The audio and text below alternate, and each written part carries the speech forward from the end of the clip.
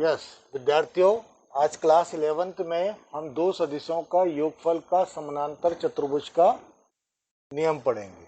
मान लीजिए आपके पास दो सदिश हैं, एक सदिश ए है और दूसरा सदिश मेरे पास बी है। ये सदिश बी है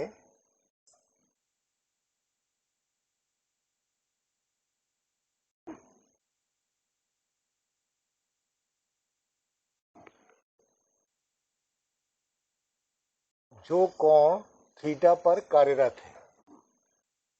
तो मैं यहाँ पर क्या करता हूँ, यहाँ पर सदिश ए के समांतर एक और दूसरा सदिश खींच लेता हूँ और बी के समांतर एक और सदिश खींच लेता हूँ। अब क्योंकि ये ओ ए वेक्टर ए है, इसलिए इसकी दिशा ऐसे चलेगी और इसी के समांतर भुजा ये है, तो इसकी दिशा ए ये चलेगी। ऐसे ही हमारे पास ये सदिश बी है, तो इसके समांतर ये बी ऐसा चलेगा। तो आप देखिए ये सदिश ए और बी एक कोण थीटा पर कार्यरत है।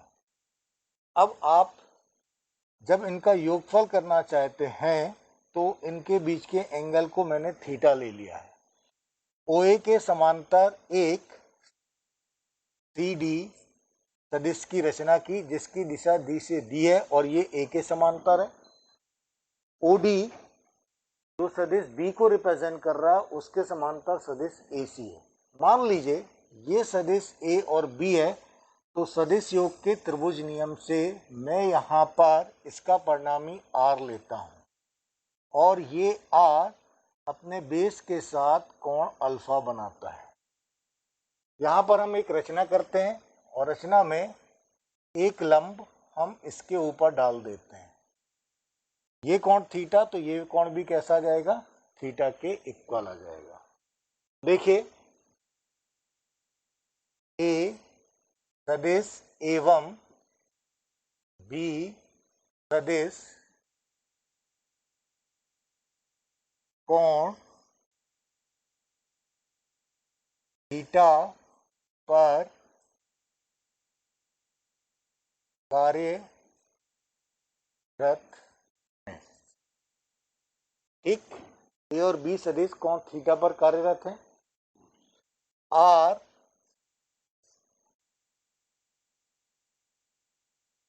परिणामी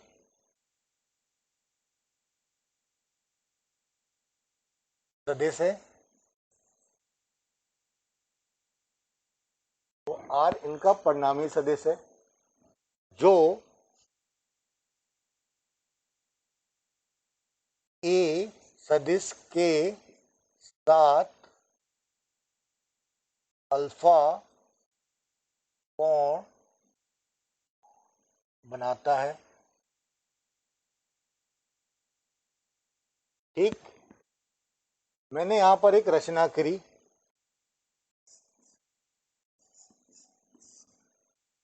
PM लंब OA पर डाला,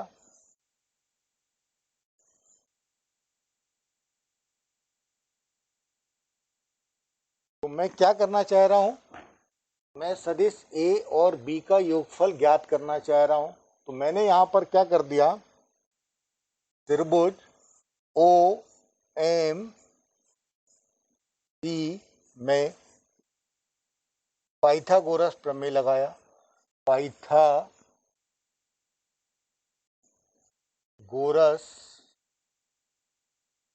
प्रमेय, ध्यान रखिएगा सदिश मैथ्स के वेक्टर का एक पार्ट है जो 12th क्लास में आप पढ़ेंगे, लेकिन हमें फिजिक्स में इसको अभी ही पढ़ना पड़ जाता है। तो देखिए आप OC square equal to OC square equal to OM square plus MC square. मैं इस OC स्क्वायर को कैसे लिख सकता हूं, OC square equal to OM कितने के इक्वल हो गया, OA plus AM whole square. Plus M C. सभी विद्यार्थी को इतना नोट करिए, पॉज करके और देखिए। तो देखिए ओसी कितने के इक्वल है, और जस्ट अ मिनट,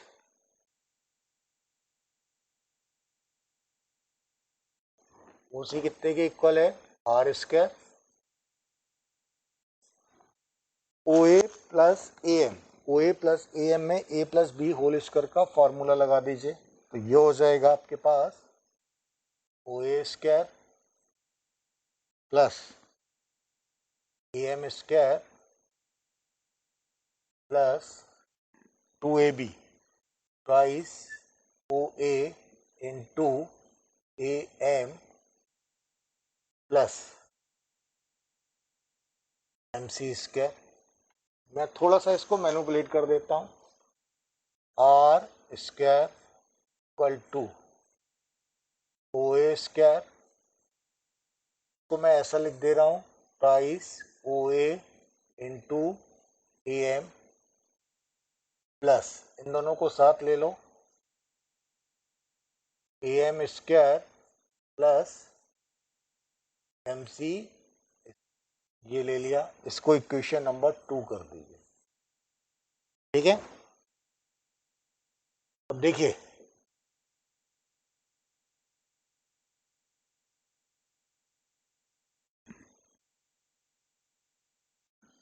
मैं यहां पर क्या करता हूं, मेरे को ओ ए की वैल्यू तो ए मालूम है, ठीक, लेकिन ए एम की वैल्यू नहीं मालूम और A M plus M C square की वैल्यू नहीं मालूम। तो मैं क्या करता हूं, त्रिभुज ए एम सी में सारी वैल्यूज निकाल लेता हूं। जब वैल्यूज निकालते हैं तो देखिए इसमें भी पाइथागोरस प्रमेय लगा दीजिए। कैसा आ जाएगा, A C square equal to A M square plus M C square. ये देखिए आपके पास इसकी वैल्यू निकल आई। ठीक, ऐसे ही आप क्या कर लीजिए, फिर से पुनः त्रिभुज ए एम डी में देखिए मेरे को इनकी भी जरूरत पड़ेगी, ए एम और एम सी। तो आपके पास आधार बटे कर्ण कितने के बराबर होता है, कॉस थीटा। तो ए एम अपॉन ए सी बराबर कॉस थीटा। इसलिए ए एम कितने के इक्वल हो गया, A M equal to A C cos theta. A M A C कितने के इक्वल है, B cos theta, equation number 4। ऐसे हम यहाँ पर एम सी की वैल्यू निकाल लें, एम सी अपॉन ए सी लंब बटे कर्ण कितने के बराबर, साइन थीटा। इसलिए M C equal to A C sine theta. A C sine theta यहाँ पर कितने के इक्वल हो गया, ए सी बी के इक्वल हो गया, B sine theta, equation number 5 हो गया। ठीक, आप 4 5 से वैल्यू उठा के 1 में रख दीजिए। समीकरण 4 5 से मान 2 में आप जब रखेंगे तो ये कितना आ जाएगा, R square equal to O A कितने के इक्वल हो गया, ए स्क्वायर प्राइस, ये आ गया।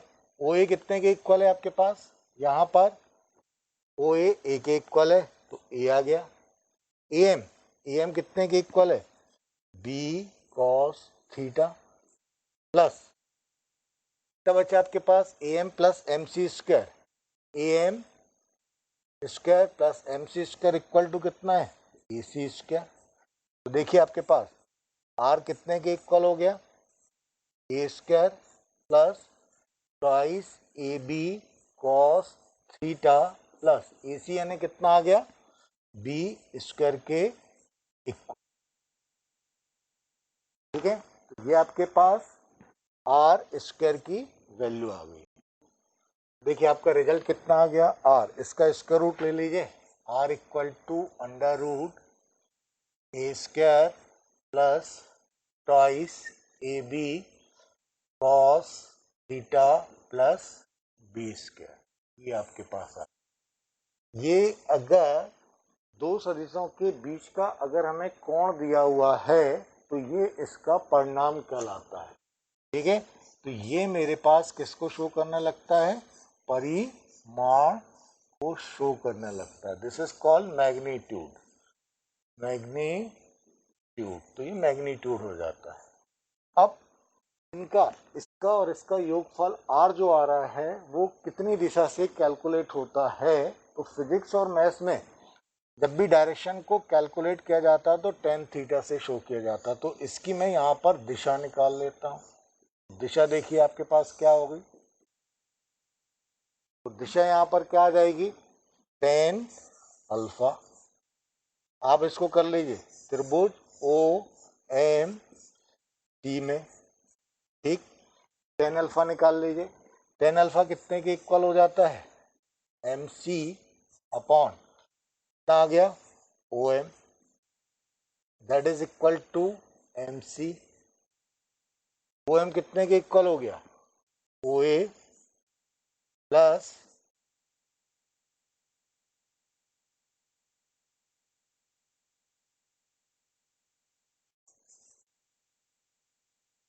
A M. ठीक, तो आप ध्यान रखिए, अब भी मैंने यहाँ पर इक्वेशंस 3 और 4 से एम सी और ए एम की वैल्यू निकाली थी ना। समीकरण 3 एवं 4 से आप इसकी वैल्यू रख दीजिए, तो टेन अल्फा कितने के इक्वल हो जाएगा, एम सी कितने के इक्वल हो गया, यहाँ पर B sine theta, O A कितने के इक्वल हो गया, ए एम कितने के इक्वल हो गया, बी कॉस थीटा। ठीक, तो मेरे पास जो दिशा आती है, दिशा के लिए ये फॉर्मूला आ जाता है। दिशा के फॉर्मूले को मैं इससे शो करता हूँ, tan alpha equal to B sine theta upon A plus B cos theta. ये आपके पास कंडीशन आती है, ये दिशा को शो करने लगता है। ये समांतर चतुर्भुज के त्रिभुजों का नियम कहलाता है। इसको आप नोट कर लीजिए।